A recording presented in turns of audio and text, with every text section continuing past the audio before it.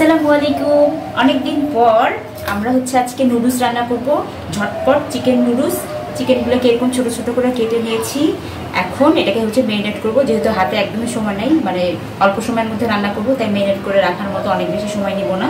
সব ধরনের মশলা, আদা বাটা, রসুন বাটা, মরিচের গুঁড়া, তারপর লবণ, সয়া সস এগুলো দিয়ে আমি ম্যারিনেট করে রাখবো। ভাজার আগে মুহূর্তে আমি একটু কর্নফ্লাওয়ার দিয়ে দিব, তারপর এটাকে ভাজবো। আর এটাকে ম্যারিনেট করে রাখবো যতক্ষণ আমার নুডলসটা সিদ্ধ না হয়ে আসে, ততক্ষণ পর্যন্ত যতটুকু সময় পাওয়া যায় ততটুকু সময়ের মধ্যে এই মুরগির মাংসটাকে ম্যারিনেট করবো। আমাদের ভাজি আজকে চিকেন নুডলস রান্না করছি, সেটা ওকে। আমি এখন সব কিছু দিয়ে নিয়েছি। এখন এটাকে মাখিয়ে নিব। মাখিয়ে নেওয়ার পরে এটাকে জাস্ট বাইরে রেখে দিব, যতক্ষণ না আমার নুডলসটা পুরোপুরি সিদ্ধ হয়ে আসে ততক্ষণ পর্যন্ত। মাখানো কমপ্লিট। এখন তো খাওয়া যাবে না, এটাকে ভাজতে এখন আমি পাত্র বসাইলাম।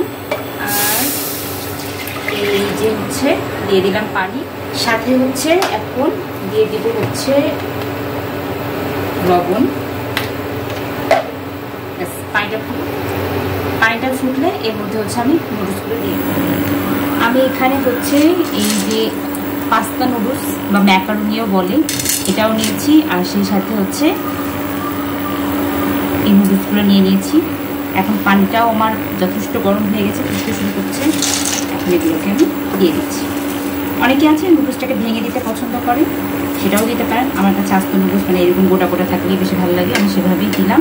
এখন এটা একদম খুব ভালোভাবে সিদ্ধ হওয়া পর্যন্ত অপেক্ষা করবো। আর এইদিকে তো মাংসটাকে ম্যারিনেট করে রাখছি, ওটা অতটুকু সময়। ওকে, এই যে আমি কর্নফ্লাওয়ার নিয়ে নিয়েছি মাংসগুলোর মধ্যে। এখন এটাকে মাখাচ্ছি।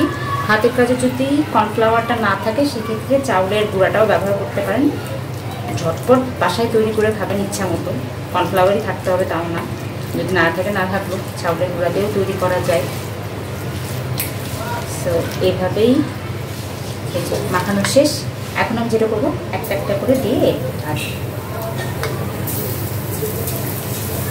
একটা একটা করে দিয়ে একটু আলাদা আলাদা করে, মানে ছড়া ছড়া করে, যাতে একটা সাথে একটা না লাগে, এরকম করে দিয়ে দিয়ে একটু আমি ভাজতেছি।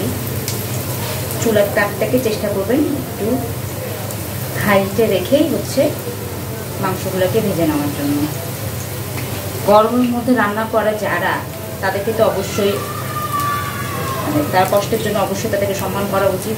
আর বিশেষ করে যদি আবার রান্নার ভিডিও করা হয়, তাহলে তো আরোই অবস্থা খারাপ। যে রান্নাটা আমার করতে লাগতো আধা ঘন্টা, মাংসগুলো মোটামুটি ভাজা কমপ্লিট। এটাকে উঠে রাখতেছি না, আমি এক সাইডেই রাখলাম। এই সাইডে সাথে নুন দিয়ে দিলাম, সাথে একটু লবণ দিয়ে দিলাম, একটু করে নিচ্ছি। আপনার চাইলে দেখা যায় যে মাংসটাকে আলাদা করে উঠে রেখেও এই স্টেপগুলো করা যায়। আমি এত আর আলাদা করে উঠে রাখা যায়। এখানে আমি পেঁয়াজ, মরিচ আর একটু রসুন কুচি নিয়েছি। রসুন কুচিটা নুডলসের সাথে খুবই মজা লাগে, চেষ্টা করতে পারেন। আর আমি একটু মরিচগুলো এইভাবে রাখছি, কারণ আমার বাচ্চা যেহেতু খাবে, বেশি ছোটো করে রাখতে চাইনি। আমি দিয়ে দিলাম। এখন যেটা করবে সেটা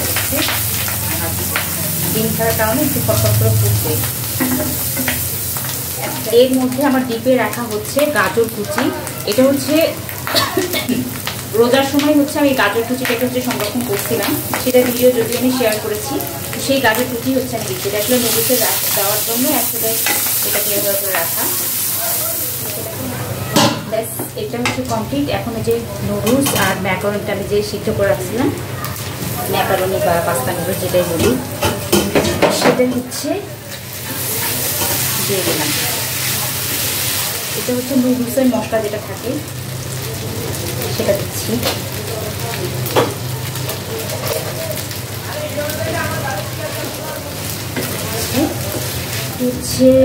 লবণ এখন দিয়ে দিলাম, কারণ আমি এর মধ্যে এখন সয়া সস আর টমেটো সস ব্যবহার করবো।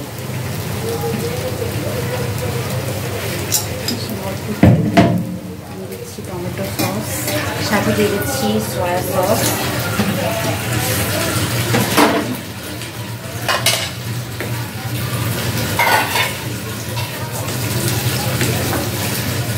খুবই সুন্দর একটা সেন্ট আসতেছে, ফ্লেভার আসছে।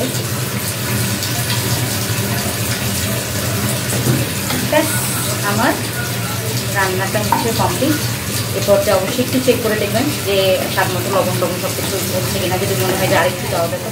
এই যে হচ্ছে আমাদের ইয়াম্মি নুডলস রেডি। এখন হচ্ছে সবাই মিলে একসাথে খাবো। আর আপনারা অবশ্যই বাসায় ট্রাই করতে পারেন। গরমের মধ্যে রান্না করা অনেক বেশি কষ্ট, আমাদের রেসিপি করাটা আরও বেশি। আল্লাহ হাফেজ।